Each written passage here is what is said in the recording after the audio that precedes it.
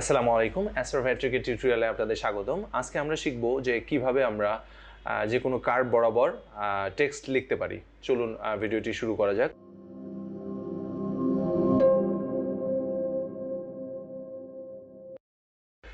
স্ক্রিনে আপনারা দেখতে পাচ্ছেন গত ভিডিওতে আমরা লিখেছিলাম, এভাবে কার্ভ করে লিখেছিলাম আই ওয়ার্ক ফর যন্ত্র, my name is Ferdous Ali, I work for যন্ত্র, এই লেখাটা। যারা এই ভিডিওটি দেখেননি তাদেরকে আমি হাইলি রিকমেন্ড করি তারা আগে এই ভিডিওটা দেখে নেন।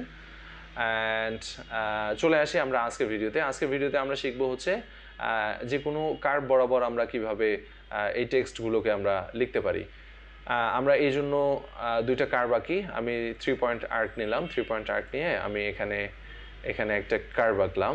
ফর এক্সাম্পল আমার কার্ভটা হচ্ছে এত ডিগ্রিতে আমি একটা কার্ভ নেই, ক্রিয়েট করে ফেললাম। এখানে আমরা করতে পারবো যে আমরা হচ্ছে কার্ভটা এত ডিস্টেন্সে নিতে পারি বা এত ডিগ্রি রেডিয়াসে নিতে পারি, বা হচ্ছে লাইক আমরা যা খুশি তা করতে পারবো যখন আমরা একটা কার্ভ আঁকতে পারবো। সো আমি একটা কার্ভ এভাবে আঁকলাম, আরেকটা কার্ভ আমি স্মুথ কার্ভ আঁকতেছি, যা তাহলে আপনারা আসলে ব্যাপারটা ক্লিয়ারলি বুঝতে পারবেন যে আমি আসলে কি বোঝাতে যাচ্ছি আপনাদেরকে এটা দ্বারা।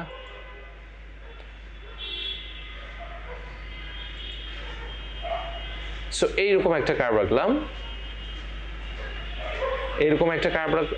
এবং ওইরকম একটা কার্ভ আঁকলাম। সো আমাদের এখানে দুইটা লেখা আছে, লেখা দুইটাকে আমরা এটাকে আমরা সোজা করে নিই। যারা বাই দ্য ওয়ে যারা হচ্ছে আগের ভিডিও দেখেননি তারা হচ্ছে আগের ভিডিওটা দেখে নেবেন, তাহলে হচ্ছে এই ব্যাপারগুলো বুঝতে পারবেন আপনারা। ওকে, চলে আসি আমরা কিভাবে এই কার্ভ অনুসারে আমরা এগুলোকে শিফট করতে পারবো।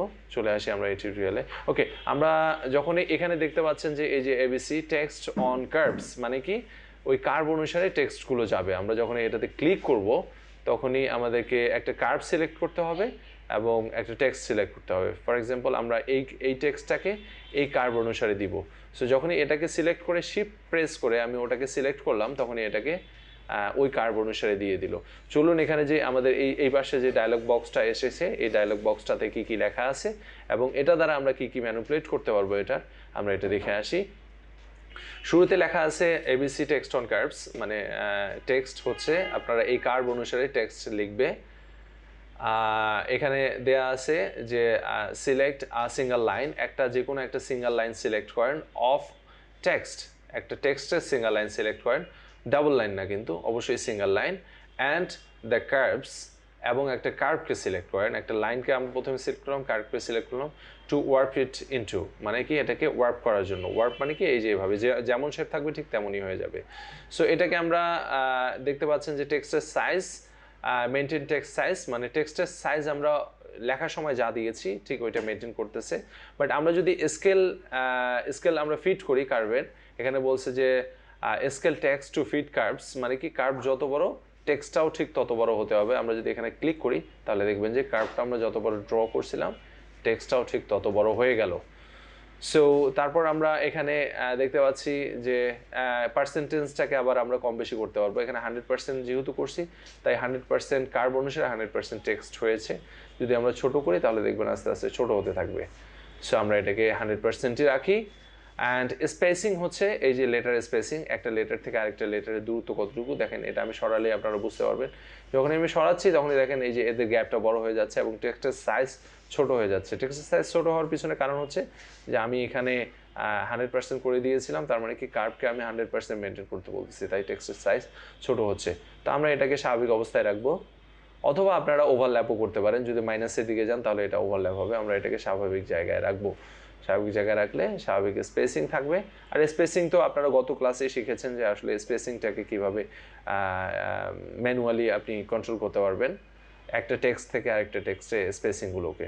ওকে, এবার চলে আসি আমরা টেক্সট পজিশনে। টেক্সট পজিশন হচ্ছে কি এখানে ইটসেলফ এটাই আসলে এক্সপ্লেইন করতেছে আপনার এই যে ভেক্টরটা, নিচে একটা ভেক্টর, কার্ভেচার ভেক্টর, এবং উপরে হচ্ছে কিছু টেক্সট।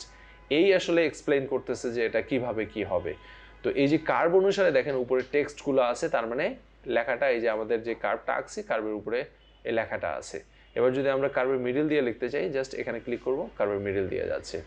কার্ভের নিচে দিয়ে নিতে গেলে দেন এখানে ক্লিক করব, কার্ভের নিচে দিয়ে যাচ্ছে। সো আমরা যে কার্ভটা আঁকলাম 3 পয়েন্ট আর্কটা যে আঁকলাম এই আর্ক অনুসারে আর্কের আমরা কোন জায়গায় অ্যালাইন করব এটা হচ্ছে মূলত এটার অপশন।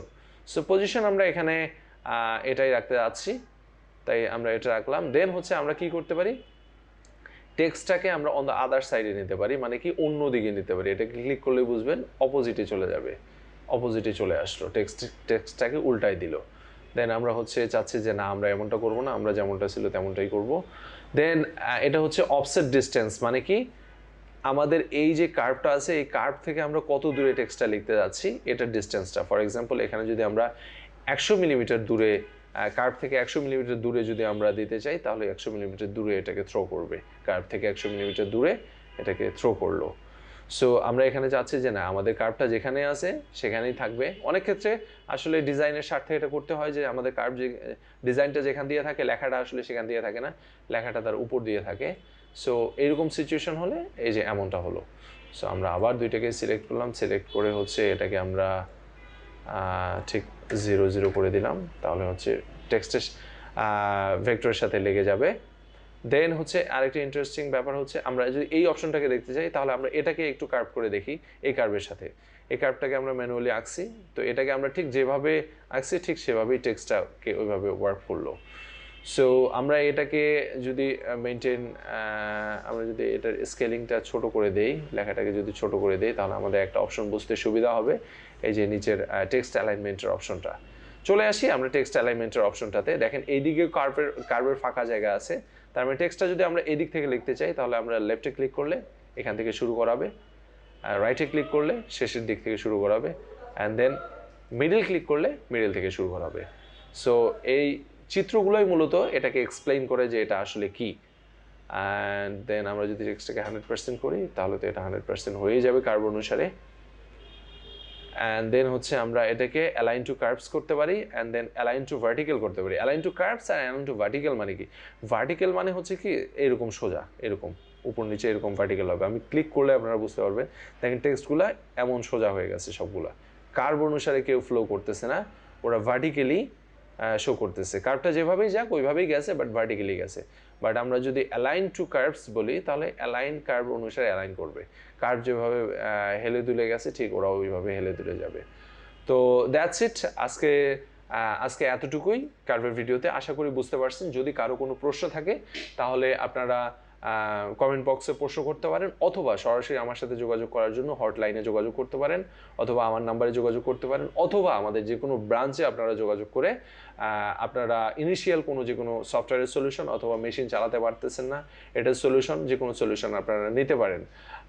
যন্ত্র বিশ্বাস করে সেবাই সম্পদ, এবং সেই সেবার মানকে ঠিক রেখেই আসলে আমাদের কোম্পানি সামনের দিকে এগোতে চায়। আপনারা নির্দ্বিধায় আমাকে ফোন করতে পারেন এবং আমাদের ব্রাঞ্চের যে কোনো ইঞ্জিনিয়ারকে আপনারা ফোন করতে পারেন। ধন্যবাদ সবাইকে, ভালো থাকবেন সবাই, দেখা হবে আগামী ভিডিওতে। আসসালামু আলাইকুম।